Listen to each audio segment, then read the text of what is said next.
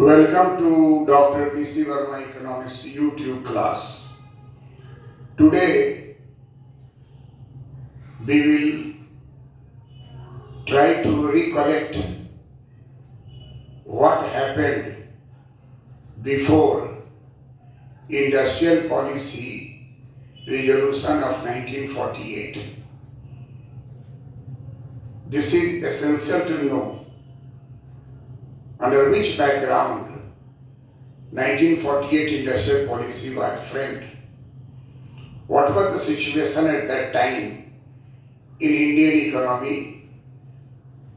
And for that, first we take the period 1938 to 1948. This is most important to survey 1938 to 1948 in Indian economy in order to know that what will be the shape of industries in India when British India government will hand over the political sovereignty and power to independent India, free India. In this context, first of all, I wish to draw your attention to the controversy of state versus private enterprises, state versus private enterprises, state versus private enterprises in India. The issue of nationalization of industries in Indian economy in 1948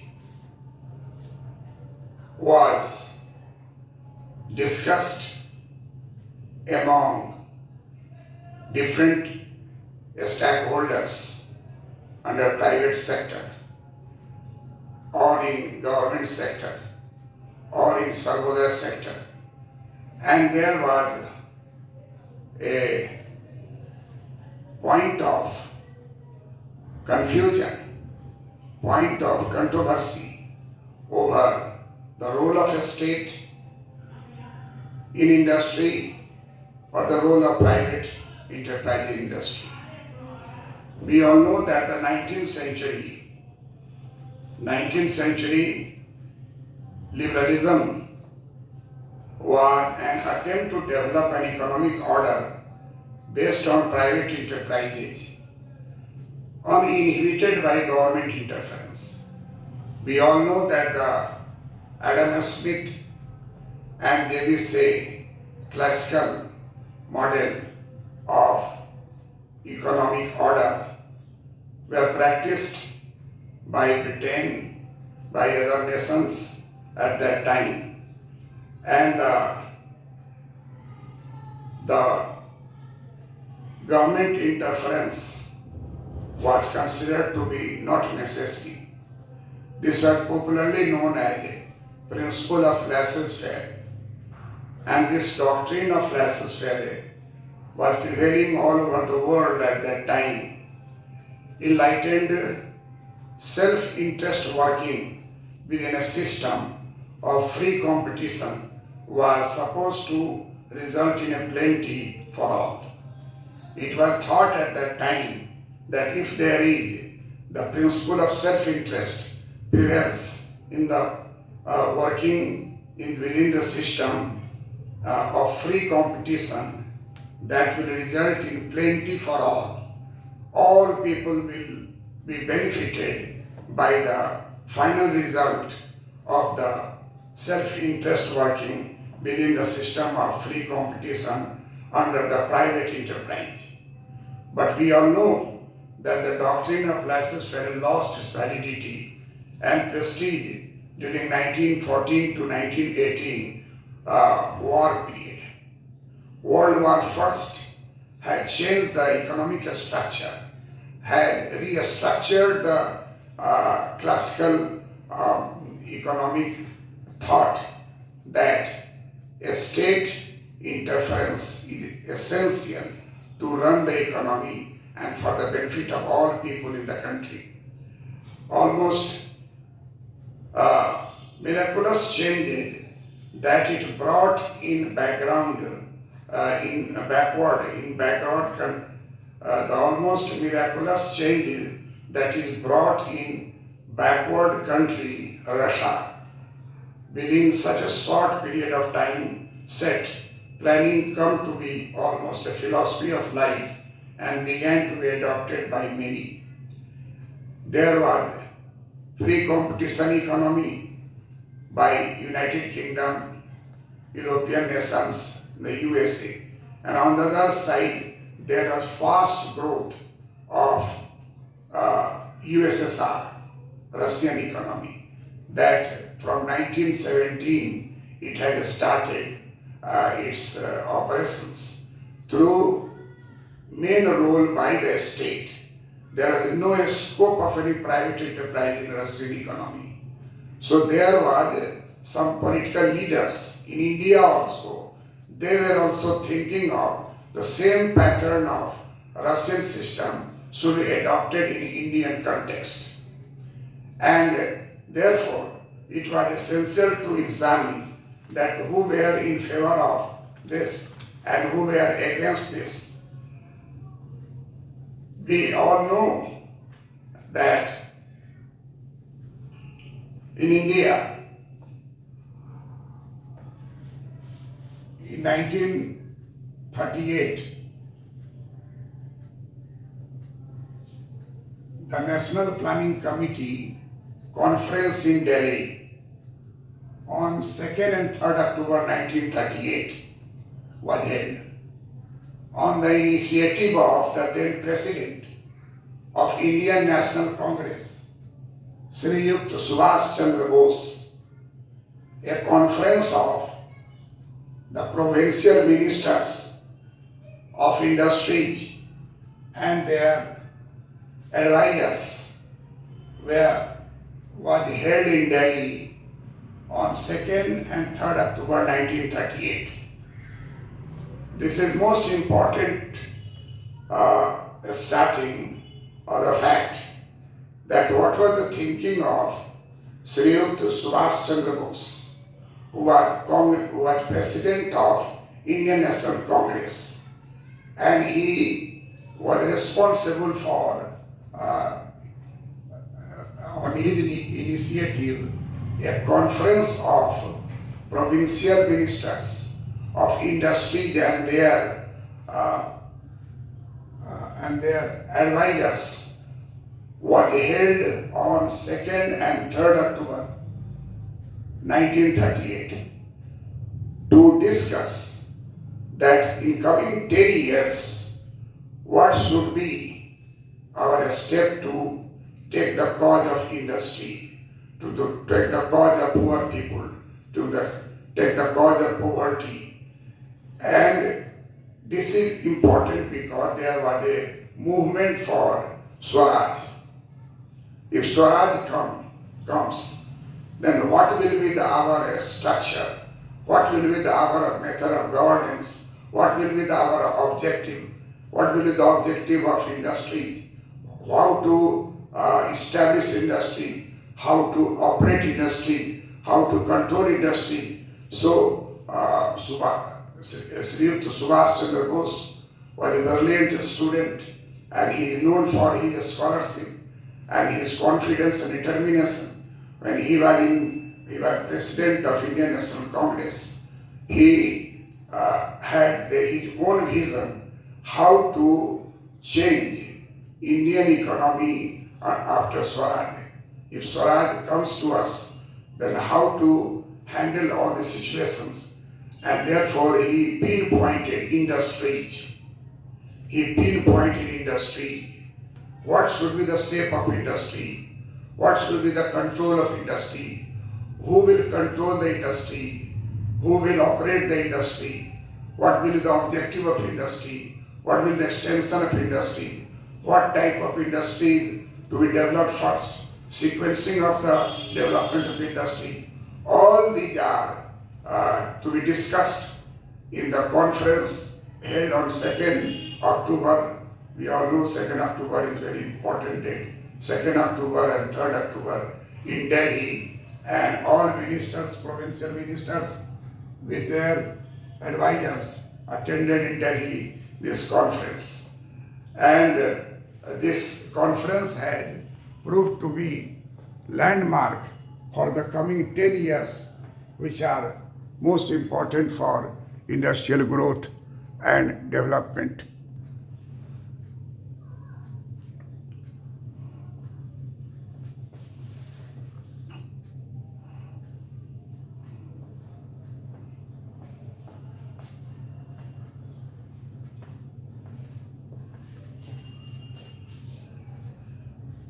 It is quite important to notice that Sri Subhash Chandra Bose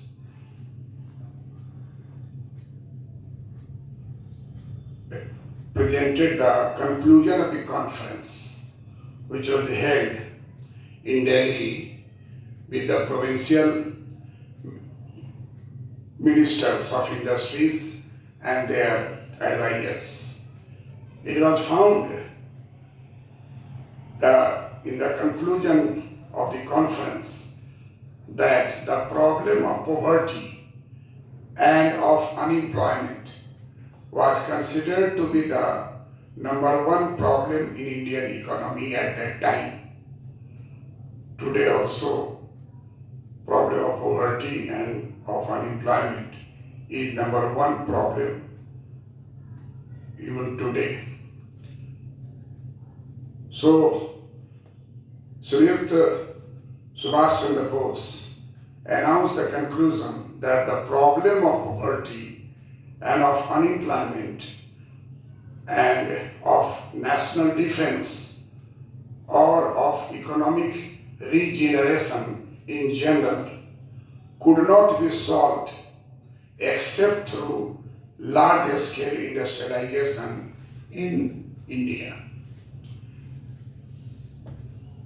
Sriyukt Subhash Chandra Bose had experience of developed nations at that time, and he was quite aware that industrialization in the UK between 1750 to 1850 was financed by Indian resources, either gold or iron ore, coal, minerals, which are required for development of the steel industry, cotton industry,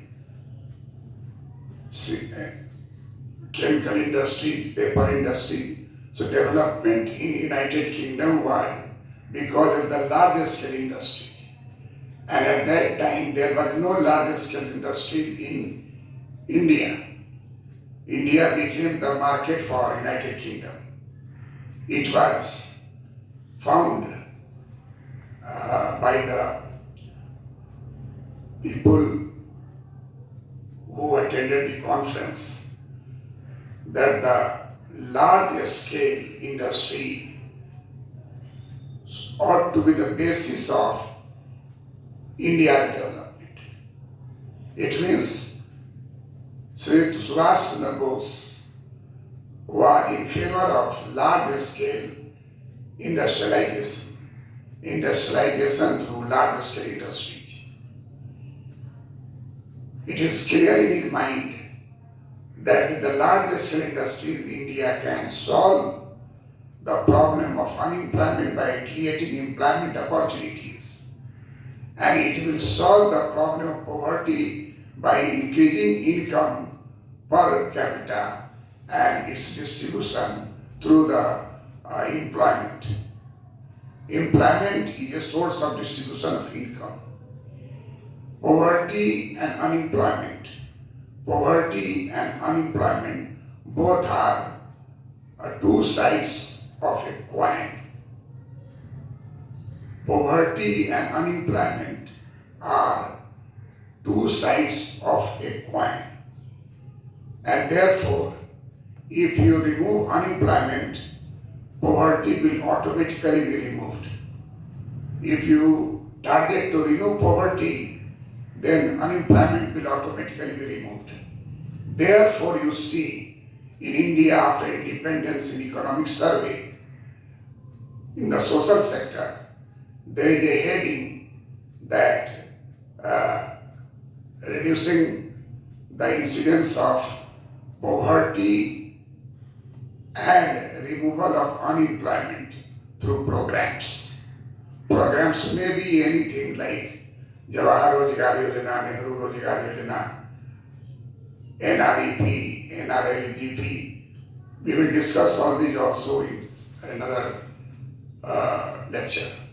All these considered that poverty and unemployment are two sides of a coin. And therefore, same diagnosis was done by Sri Subhash Chandra Bose on 2nd and 3rd October 1938. And he saw that the problem of poverty and unemployment in India will remain when we get Swaraj. Swaraj will not bring directly removal program. We have to find out removal program for poverty and unemployment through industrialization of Indian economy. Just it is a reply to decay of industry in India. Disindustrialization is practiced by Britishers in India. So, Sri Subhash Chandra Bose concluded, and the conference came to the conclusion that the problem of poverty and unemployment, of national defense, or of economic regeneration in general could not be solved except through large-scale industrialization. This is one of the important conclusion that prevailed in the economy. And after Sri Subhash Chandra Bose, what was the attitude of Pandit Jawaharlal Nehru? That was also important in the context of industry or industrialization. We all know that Pandit Jawaharlal Nehru was a great leader of that time, and he was blessed by Mahatma Gandhi. Therefore, we have to see what was his opinion about the industrialization of India.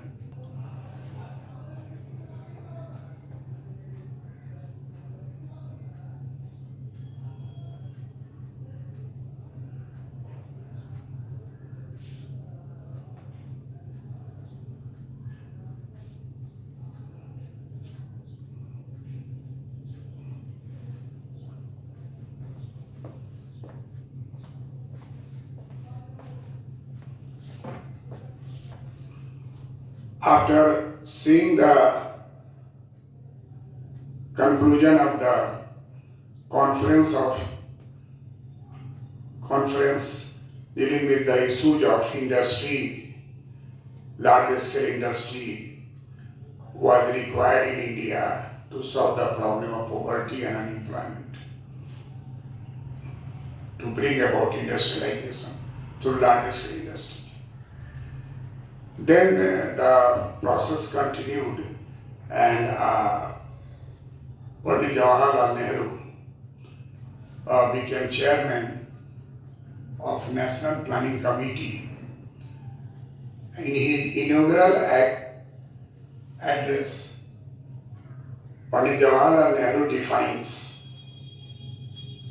objectives of Indian economy. India after Swaraj? What will the objective of India? And Pandit Jawaharlal Nehru, the chairman of National Planning Committee, sets a definite objectives. Number one, in India, the establishment of an egalitarian society in which equal opportunities are provided for every member for self-expression and self-fulfillment. Number two, an adequate minimum of a civilized standard of life is assured to each member. Number three, so as to make the attainment of this equality of opportunities and realities, so as to make the attainment of equality of opportunity and reality, opportunities in reality, opportunities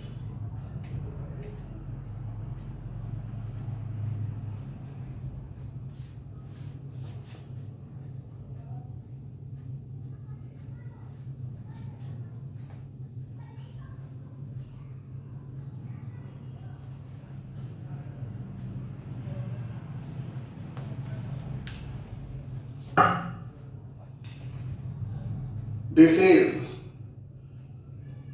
shaping the shaping the future India. We have seen Sri Subhash Chandra Bose observations through conclusion in the conference for industry, large scale industrialization is the only solution to generate employment and remove poverty. By production, income will be generated, employment will be generated, and poverty will be reduced, eliminated. This was his vision, and it was observations by all provincial ministers and their advisors. Then we have now shifted from Sri Subhash Chandra Bose to Pandit Jawaharlal Nehru, who was a great leader of that time. There were many rivals to take this position, but they could not. And Pandit Jawaharlal Nehru, as a chairman of National Planning Committee, has been pointed three definite objectives which he wanted to achieve for our India, for our free India, for our independent India. And therefore, his mindset is that number one, in India, the establishment of egalitarian society. He has stressed upon the establishment of egalitarian society in which equal opportunities are provided for every member for self-expression and self-fulfillment. Number two, an adequate minimum of a civilized standard of life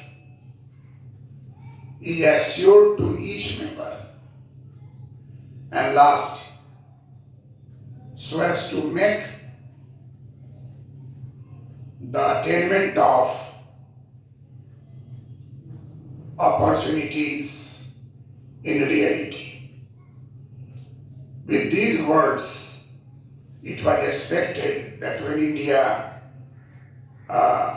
will have interim government and thereafter interim government will further converted into dominion of India. And at that time, there was a need to have a clear-cut industrial policy of 1948. So before 1948 industrial policy, what were the controversies?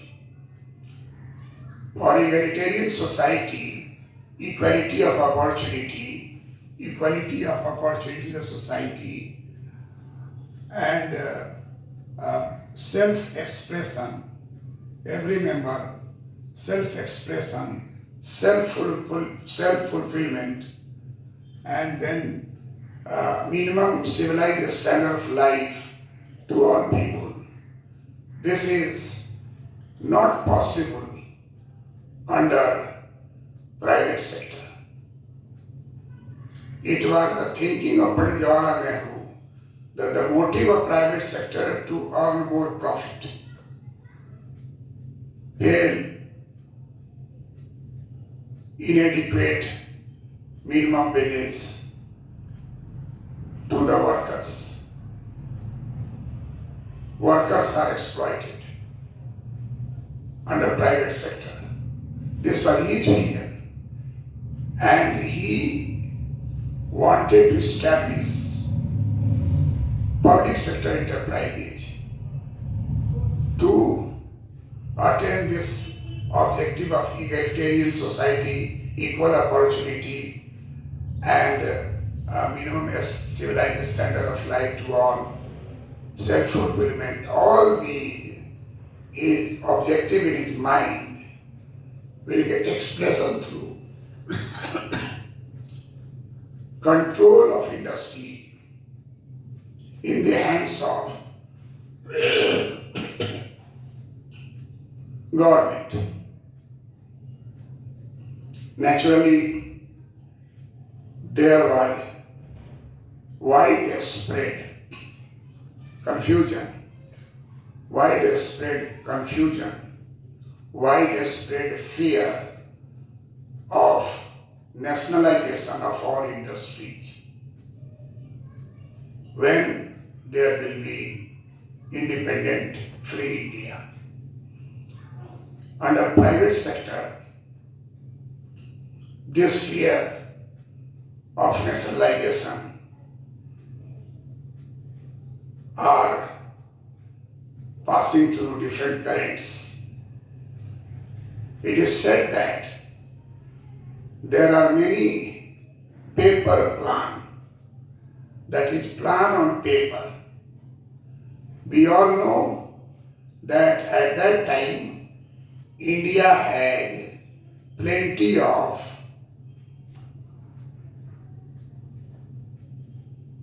resources, external resources, that we have seen plenty, problem of plenty. India had a large amount of sterling reserves in Bank of England, and that reserve gave us opportunity to have a large public borrowing by the government. And therefore, this plenty of sterling balances of India, British India government at that time,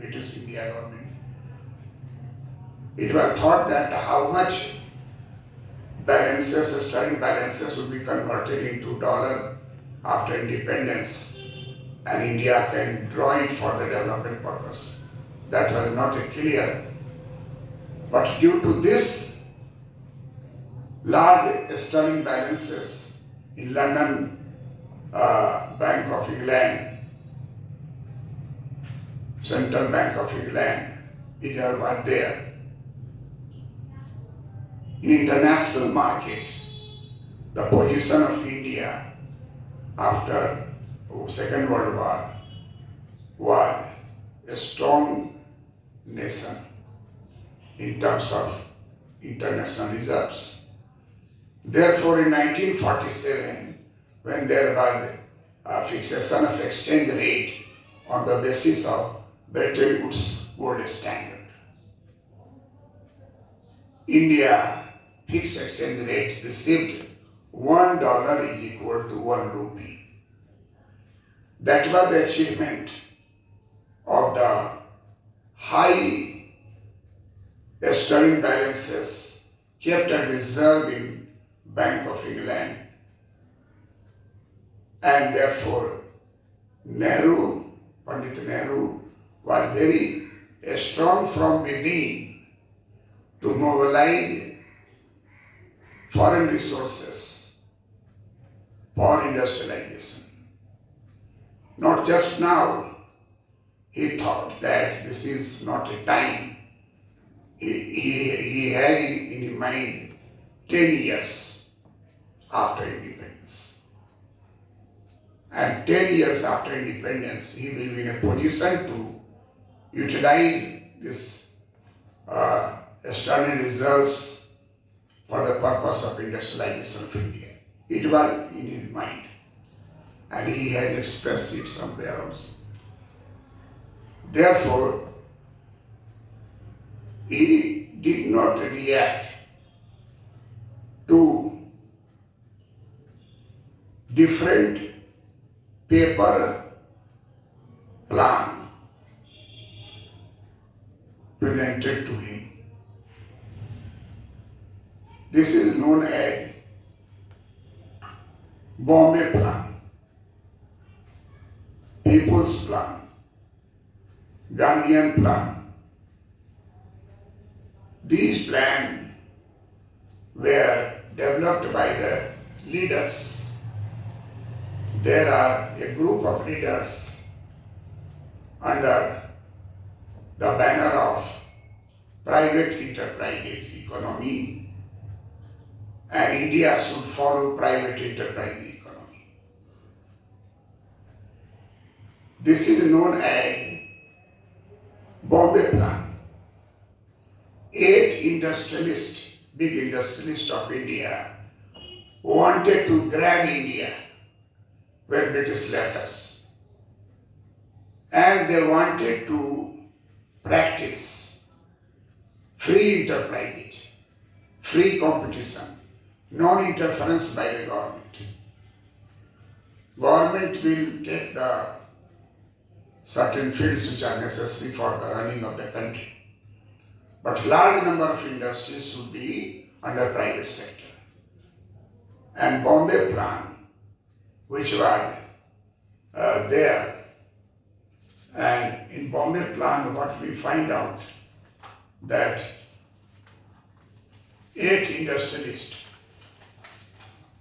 8 Indian businessmen presented a plan of economic development for India. A plan of economic development for India, but it was popularly known as Bombay Plan. And under Bombay Plan, 8 Indian businessmen prepared Bombay Plan and submitted to Pandit Nehru. He never replied on this issue, but it had some impact. We will see.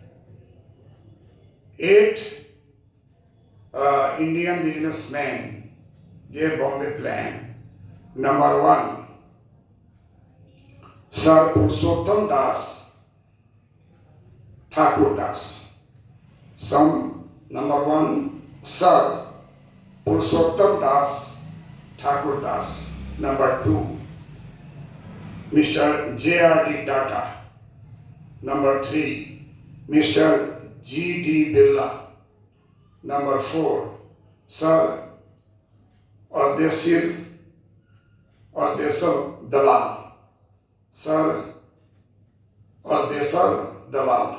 Number 5, Sir Sri Ram. Number 6, Seth Kasturba, Kasturbhai Lalbhai. Number 6, Seth Kasturbhai Lalbhai. Number 7, Mr. A.D. Shroff. Mind it, Mr. A.D. Shroff. Number 7 businessman who signed the Bank Bombay Plan and submitted to the Pandit Nehru. Mr. A.D. Shroff, Indian businessman, top businessman. He attended Bretton Woods Conference at Bretton Woods in New Hampshire state of the USA. Eastern coast of the US plan you see, eastern coast,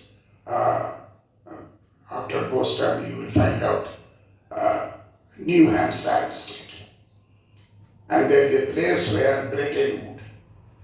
At Bretton Woods Place, International Financial and Economic Conference held in 1945, and it was said that Bretton Woods gold standard was established because the classical gold standard had been abandoned by different countries.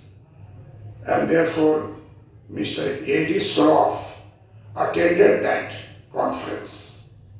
This shows the eagerness to know the development there and what will be the development in India. And number 8 is John Mathai. The 8 are known as 8 Indian businessmen known for Bombay Plan, which is for India, and its name was a plan of economic development for India. A plan of economic development for India. In this plan, this top Indian businessman decided to establish in India private enterprise regime. There will be private enterprises all over the country, all large scale industry,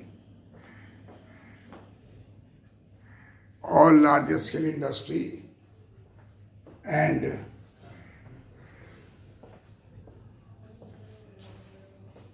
all large scale industry will be developed under private sector, and these 8 industrialists of India who had given Bombay Plan cited the example of Soviet Russia and said that in Soviet Russia 96 lakh Soviet intelligentsia, research worker, technician, economist, supervisors and trained personnel working there to run socialism, to run Russian USSR planning, and 100% interference by the government, no private enterprise. The 8 businessmen pointed out that India is a poor country where 200 million illiterate adults are living. India is a poor country where 200 million illiterate people live, and India cannot afford 100% public sector under the pattern of USSR. Soviet Russia model cannot be implemented in the country. Therefore, government of India must take into consideration Bombay Plan, which is going to develop India, and for that total internal and external resources 7,400 crores rupees they have arranged. These 8 industrialists under Bombay Plan pointed out that hoarded wealth of the country, mainly gold, is of